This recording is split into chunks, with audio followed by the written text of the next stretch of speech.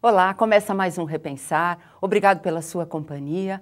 Hoje destacamos mais um livro que temos certeza lhe proporcionará uma leitura agradável, uma boa leitura, além dos importantes ensinamentos que trazem seu conteúdo. O nosso convidado de hoje é Walter dos Santos e o livro que ele nos traz tem como título A Verdade que Nunca Morre. Seja muito bem-vindo, Walter. Obrigado, é um prazer enorme estar aqui. Obrigado pelo convite. Nós é que agradecemos, né? Nós queremos sempre ter aqui conosco pessoas que nos tragam ensinamentos e que façam com que o nosso telespectador tenha um certo divertimento, né? Porque a leitura é um divertimento, mas com conteúdo. Então, isso é importante para nós, né? Bom, Walter, toda vez que o convidado vem aqui pela primeira vez, nós pedimos para que ele conte um pouquinho da sua história, por que ele chegou a esse ponto, por que chegou até o livro, enfim, se já era espírita desde criança, né? Então, nós queremos que você conte um pouquinho, se bem que o seu livro nos dá uma boa ideia do que é a sua vida, do que foi, né, esse seu começo, mas gostaríamos que você contasse um pouquinho para nós. Sim, olha, eu conheci a doutrina espírita através da procura de um conforto, de uma perda muito grande. Minha mãe, hoje eu sei que não é uma perda, mas minha mãe faleceu quando eu tinha 8 anos. Sim. E ela era muito nova, ela tinha 30, 31 anos. Quando minha mãe faleceu, foi para nossa família, olha, fala uma tragédia, foi difícil. Sim. Meu pai era o grande amor da vida do meu pai era muito jovem quando ele tinha também 31 anos. Mas quando eles se conheceram, eles eram adolescentes. Foi aquele amor bonito de criança, sabe? E 20 anos namorando, casaram, nunca brigaram, se amavam. E, de repente, ela teve um aneurisma e entrou em coma e ficou, acho que 3 dias e meio em coma e morreu. Faleceu. E eu, de pequeno, com 8 anos, tive que lidar com a depressão do meu pai, porque meu pai ficou muito deprimido, muito triste. A minha irmã tinha 5 anos, uma das minhas irmãs, a irmã com minha mãe, tinha 5 anos. Eu tinha que cuidar dela, cuidar dele, cuidar de mim mesmo, lidar com a perda.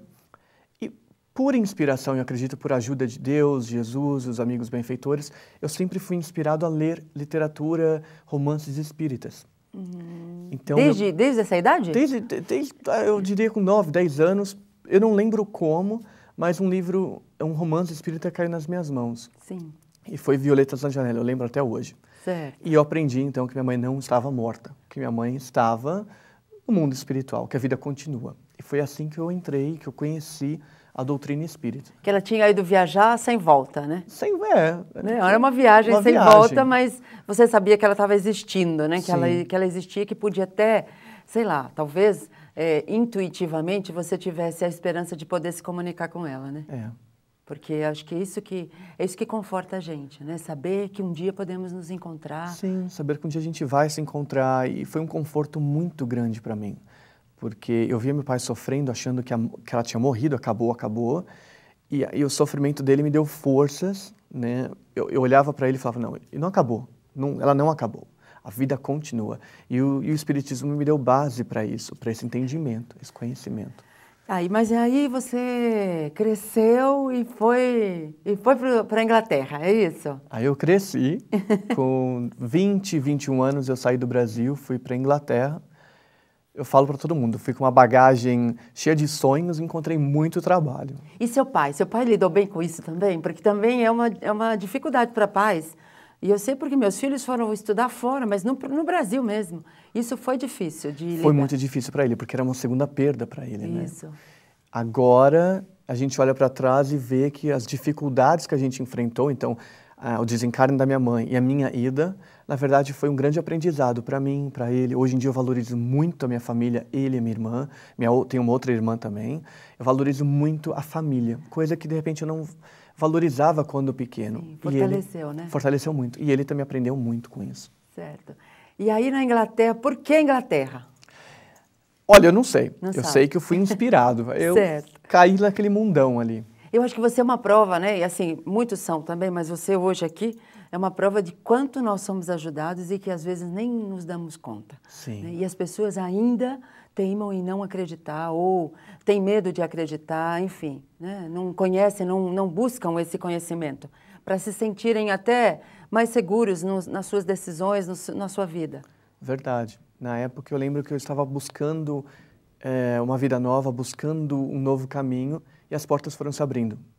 Eu via mensagens em tudo, que eu acredito que Deus manda as mensagens para a gente, e vai da gente querer ouvir ou não. Certo. E eu acabei ouvindo ali as mensagens e caí parar na Inglaterra. Aí foi para a Inglaterra, conseguiu se estabilizar, porque hoje você tem uma situação estável, não é isso? Sim, no começo, como eu disse, né, eu lavei muito prato, lavei muito banheiro, fui garçom, fiz muita coisa, de que eu me admiro muito. Sim. Foram trabalhos que me ensinaram muito.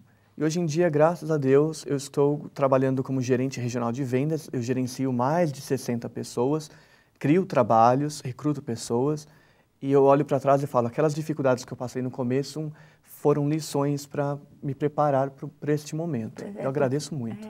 Eu acho que a gente só sabe comandar quando a gente aprende a fazer, ou quando a gente passa por dificuldade, Sim. quando a gente passa por esse caminho, né, até dificultoso, mas que nos dá base para isso, porque simplesmente mandar não é fácil, Não é né? fácil. Comandar não é fácil. Você tem que saber também o que você está Isso. pedindo para a pessoa fazer, você sabe fazer. Isso. Se não souber, não adianta, não tem como mandar. Bom, mas e o livro? Como é que você chegou na doutrina espírita? Como você chegou no livro? Então, a doutrina espírita veio através do desencarne da minha mãe. E a minha ideia com o livro foi a seguinte: eu sempre senti na Inglaterra, ali nos ingleses, uma falta de fé, de acreditar em Deus. Eu achei eles muito materialistas, Certo.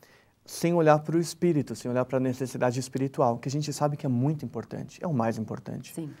A nossa evolução, a nossa purificação do espírito. Eles trabalham o que eles veem, é isso? Sim. E eles são muito do o que você é, quanto você ganha, acabou. Sim. E um dia, uma amiga minha inglesa, da mesma idade que eu, chamada Lucy, a mãe dela faleceu. E a mãe dela desencarnou. A mãe dela era muito unida com ela, elas eram melhores amigas. E ela sofreu muito, muito, muito, muito. E eu olhei para trás e falei, gente, ela está sofrendo o que eu e minha família, nós sofremos. Então eu olhei para o sofrimento dela e falei, eu quero dividir com ela um pouco da doutrina que eu conheço, que me deu conforto, que me deu paz de espírito. E eu resolvi escrever uma redação, algo que confortasse. Essa redação virou um livro. Por quê? Eu sentei ali, um dia eu tinha pedreiro em casa, no apartamento que eu moro, eu tive que sair. Eu levei meu computador, fui para a cafeteria do lado, abri o computador e comecei a escrever. Em vez de entrar no Facebook, internet, que a gente geralmente faz, eu entrei no Word e comecei a escrever. Escrever. 2 horas depois, eu reli o que eu tinha escrito e falei, gente, é o primeiro capítulo do livro. A personagem principal, Dina, recebeu a ligação, o marido tinha sido levado às pressas para o hospital e desencarnou. Tudo no primeiro capítulo, ali na cafeteria. E você não tinha pensado nada disso? Nada, fluiu. Então, eu fiz um processo. Todo dia depois do trabalho, eu voltava, Deus me dava muita força, que eu voltava bem cansado, e escrevia ali por 2, 3 horas. E depois de 1 ano e pouquinho, né, veio o livro nasceu. Nós vamos continuar falando sobre esse livro daqui a pouquinho. Nós vamos a um breve intervalo e já voltamos.